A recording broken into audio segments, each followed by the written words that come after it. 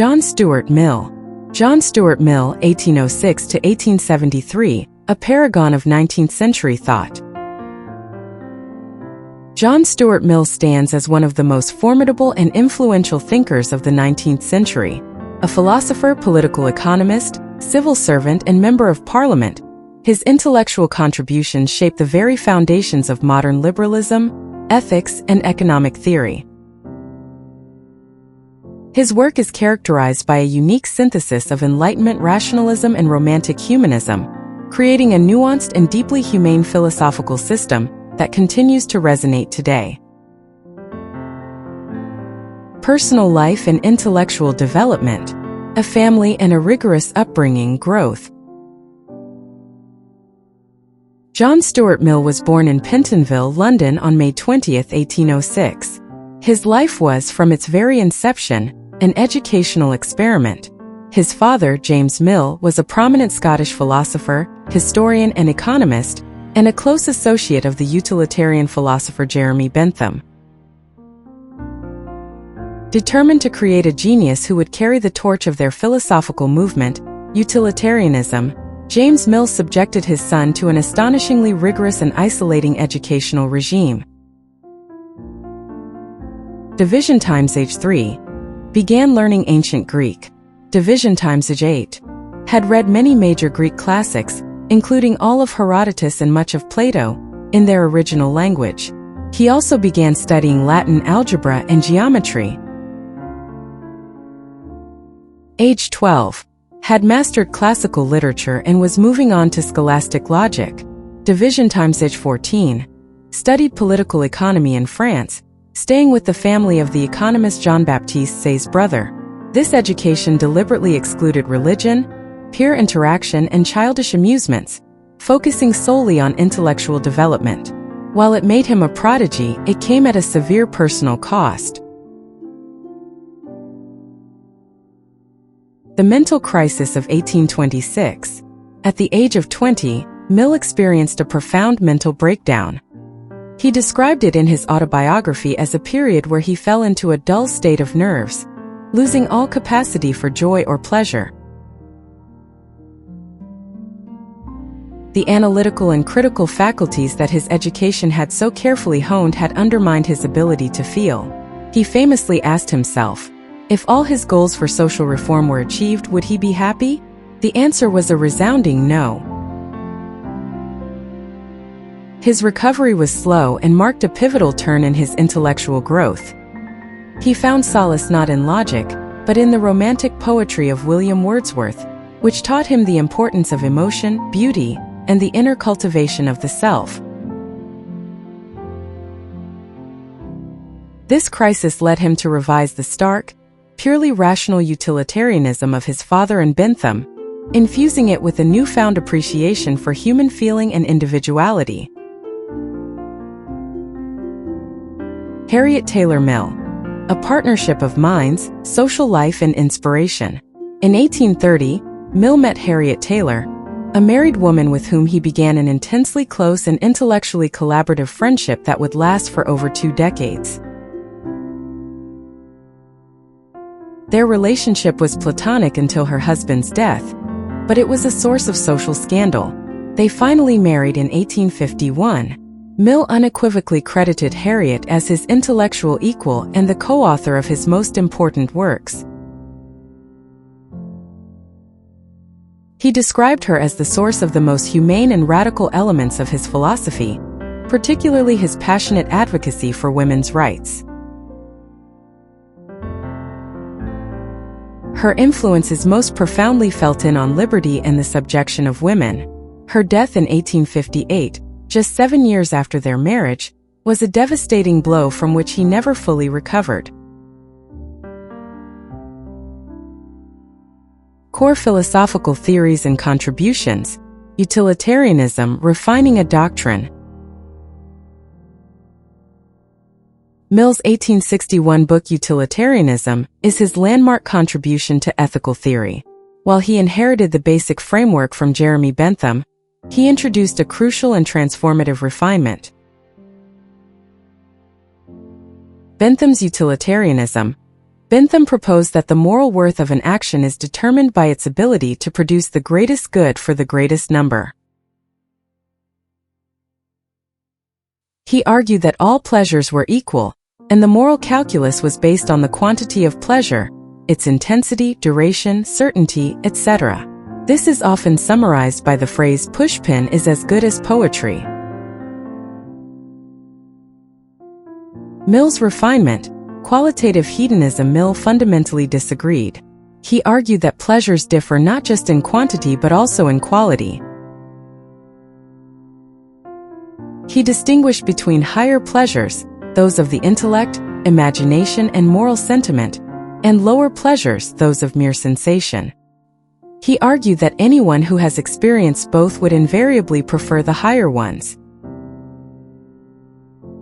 Quote and meaning: "It is better to be a human being dissatisfied than a pig satisfied. Better to be Socrates dissatisfied than a fool satisfied. And if the fool or the pig are of a different opinion, it is because they only know their own side of the question." Implication. This famous quote encapsulates his entire argument. Morality is not just about maximizing raw pleasure, but about promoting a higher, more dignified form of human existence. This made utilitarianism more palatable and less of a swinish doctrine, but also more complex, as it required a judgment about which pleasures are qualitatively superior. Liberalism and On Liberty, 1859. Perhaps his most enduring work, On Liberty, is the foundational text of modern liberalism. Its central argument revolves around a single powerful idea: the harm principle. Quote and meaning: "The only purpose for which power can be rightfully exercised over any member of a civilized community, against his will, is to prevent harm to others. His own good, either physical or moral, is not a sufficient warrant." Implication. This principle sets a strict limit on state and societal power. Mill argues that society has no right to interfere with an individual's actions, beliefs, or lifestyle choices, even for their own good, unless those actions cause or threaten direct harm to another person. This is a powerful defense against paternalism and the tyranny of the majority, where social pressure coerces individuals into conformity. On Liberty defends three fundamental liberties. 1. Liberty of thought and expression. Mill provides a robust defense of free speech, arguing that even false or offensive opinions should not be suppressed. If the opinion is true, suppression robs humanity of the truth. If it is false, confronting it helps us better understand and affirm our own true beliefs. 2. Liberty of tastes and pursuits. Individuals should be free to plan their own lives and pursue their own goals without social interference, as long as they do not harm others. This promotes experiments in living, which are essential for social progress and individual flourishing. Liberty of association. Individuals should be free to unite for any purpose that does not involve harm to others. The Subjection of Women, 1869, a pioneer of feminism, decades ahead of its time. This essay is one of the earliest and most powerful arguments for gender equality written by a male philosopher. Heavily influenced by Harriet Taylor Mill, he argued, the legal and social subordination of women is a relic of a primitive past based on the law of the strongest, not reason or justice. 2. The prevailing beliefs about women's natural inferiority were a product of their forced lack of education and opportunity, not innate capacity. 3.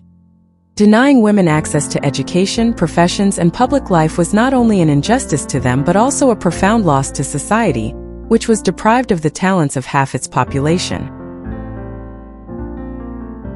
He called for complete gender equality, including women's suffrage, the right to vote, access to education, and equal standing in marriage and property law. Other interests, roles, and international influence. 1. Career and political life. For 35 years, Mill worked for the British East India Company, rising to the high-ranking position of chief examiner. This role gave him practical experience in administration and governance, albeit in the context of a colonial enterprise. From 1865 to 1868, he served as a Member of Parliament MP for Westminster. He was an independent radical, advocating for women's suffrage, proportional representation, and the rights of workers. 2 countries visited and international influence. Mill spent significant time in France, particularly in his youth and later in life. He died and was buried in Avignon, France, next to his wife Harriet. His influence was profoundly international. On Liberty became a sacred text for liberals and reformers worldwide. His economic and political theories were debated across Europe and North America, and influenced the development of emerging liberal democracies. 3. Contributions to economics and logic. A System of Logic, 1843, a monumental work that systematized inductive reasoning. Mill outlined his 5 methods of induction, which became a foundational part of the scientific method for social sciences. 2. Principles of Political Economy, 1848. This became the leading economics textbook for decades. While it began as a defense of classical laissez-faire economics, in later editions, Mill showed increasing sympathy for socialist ideals, advocating for worker cooperatives and a more equitable distribution of wealth. 4. Influence on psychology. Mill made significant, if indirect, contributions to the nascent field of psychology.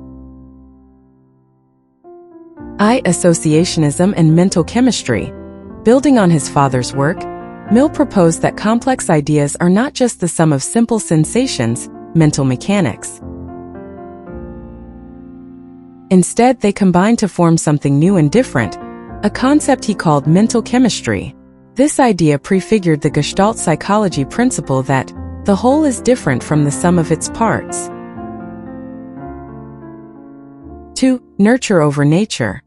His own life was an experiment in the power of nurture.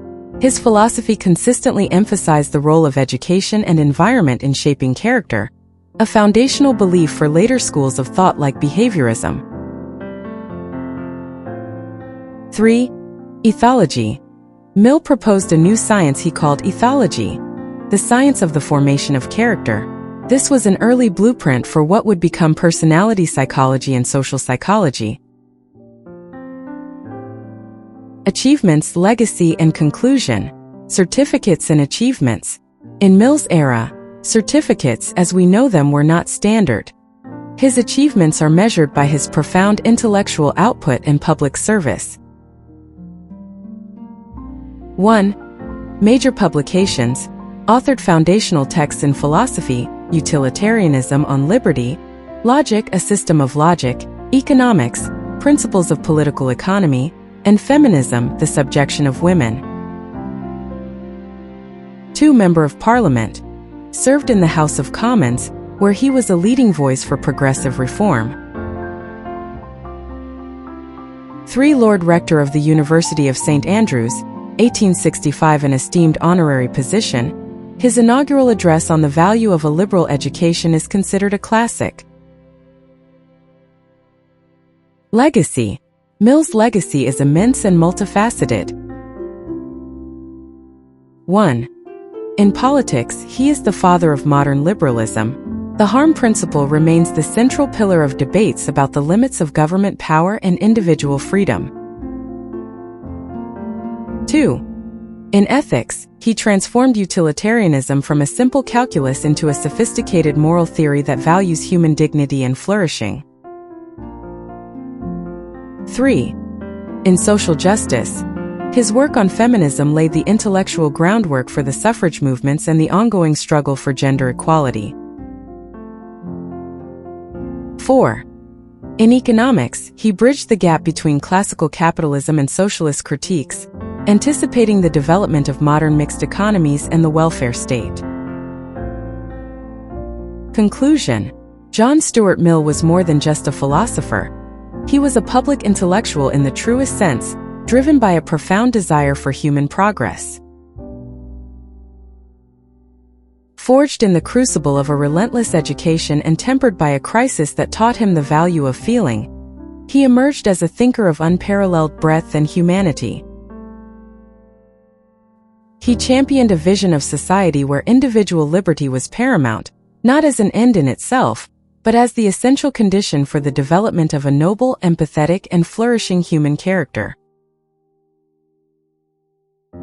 His arguments for free speech, his defense of individuality against the crushing weight of conformity, and his radical call for the equality of women were not disparate ideas but interconnected parts of a single, coherent vision. He believed that the ultimate goal of society was to foster environments where every individual could cultivate their higher faculties to the fullest. In an age often marked by dogmatism and oppression, Mill's voice remains a powerful, eloquent, and enduring call for reason, liberty, and a more humane world. His work is not a historical artifact, but a living guide for navigating the most fundamental questions of how we ought to live together. The end. Thank you for watching. Like, comment, and subscribe.